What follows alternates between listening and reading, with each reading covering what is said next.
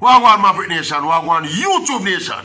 Everything Chris, I'm crispy. Here what up on my mind now.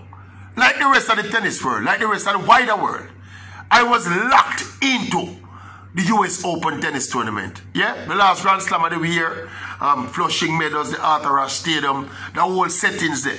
Yeah, but not just because we want to watch the US Open again, but I think this particular tournament was flavored with possibly a grand send-off for arguably the greatest tennis player of all time, Serena Williams. Yes, man. The entire stadium filled to capacity.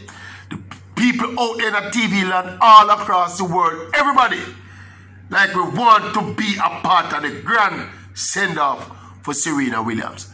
She's been such a great ambassador for the game, a great champion for the game, a great superstar for the game, a black superstar for the game.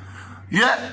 You don't know, so the entire world, so she captured the imagination of people generally probably wouldn't even pay attention to tennis. It's the kind of effect that Serena Williams have on the game of tennis. But look here, me not doing no tribute for Serena Williams, you know, because guess what? I don't think Serena Williams going anywhere. Not just yet. Not so fast. Yes.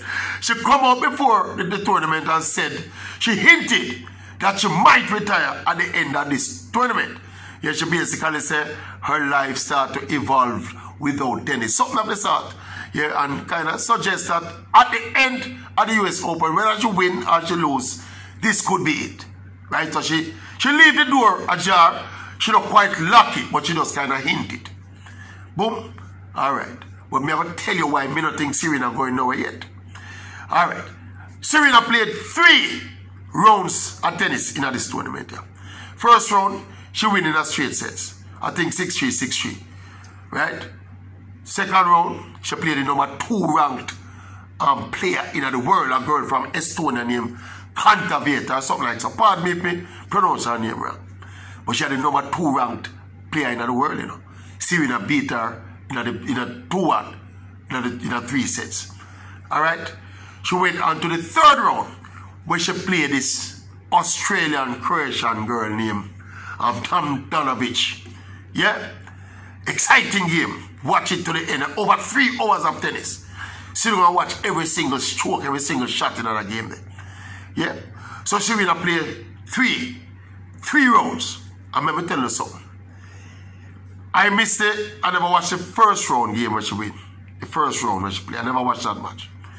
But you see the game against the Estonian and the one against the Australian, the last 2 games, me watch them. Every single shot. So let me tell you something. Me see Serena Williams play some tennis. In them 2 matches, especially this last one against a girl named Tomljanovic. Let me tell you something, man. It's the best tennis me see Serena play since she have her child and come back and chase that elusive 24th Grand Slam. You know she chased that, and everybody knows she chased that elusive 24th Grand Slam title for tie up with Margaret Court for be the all-time leader in Grand Slam titles run. But you know she been at it for a while and she try to get it. But all of them time that since Serena come back after childbirth, that match, that tournament, are the best tennis Mrs. Serena play. Mrs. Serena hit some winners. Mrs. She hit some aces. Mrs. She, I don't know, it's like she get a new, it's like she was ultra prepared for try and make this US Open. Because obviously it's a player in the US in her yard. Obviously she had tried go out with a fairy tale ending. But she was super. The standard on tennis where she played. That, my friends, is by and large why I don't think Serena going to leave. Just yet. After the Tomljanovic game when she lost, she went on to, she had a teary-eyed, did a teary-eyed interview, bigging up her father, bigging up her mother, bigging up her sister Venus, all the people who support her along the way. That all the things. It was a great interview. It's one of the best interviews, Mrs. Serena Williams. Trust me. She said she was crying, but it was tears of joy. Right? And even then, the interviewer asked her if this is it. And she still leave the door slightly ajar. When the Maverick come for tell no one come for tell no first. Say Serena not going nowhere, and she not going nowhere yet. I mean, there's another reason as well. You know why Serena Williams is able to play at this high level even at 41 years old and still competing with the very best in the world? Serena's game is based around power. Both she and Venus in them prime. Until this day, the game is a power game they bring to the tennis world, you know. They bring the power game to the ultimate level to international tennis. And when you get old, right? When you get old, when you get, you know, years like where Serena get to 40 odd now, the power don't really leave you, you know.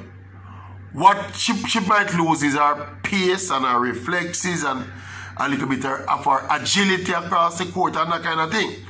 But the power game is still there. And because her game is based around power, that service when she have and when she hit them winners, she hit them hard. See, because of that, she's able to continue to compete. And I put it to you, that all of those ingredients added in the pot, them kind of tennis when me see Serena play in this US Open, she will sit down in some dark, quiet place and ask herself, why am I leaving now when I can play that level of tennis still? When I can play this level of tennis against these youngsters in them prime. And it's not just some abstract youngsters. The last two games that she played, as we said, she beat the number 2 ranked player. And the other player was she beat ranked in the 30s or 40s, I think. See? So Serena, somebody's gonna ask Serena that question, and she's also gonna ask herself that question. And personally, I think Serena Williams will be back to try and push to get that elusive 24th Grand Slam title.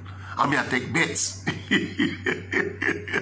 And look here, me one of the man who don't like see when sports stars overstay them win them welcome in the big arenas, you know. It's almost embarrassing sometimes when you see them, you know, staying too long and way past them prime and getting beat up and embarrassed by the new generation of stars. It happens in all sports. It happens in football, it happens in tennis, it happens in basketball, it happens in boxing.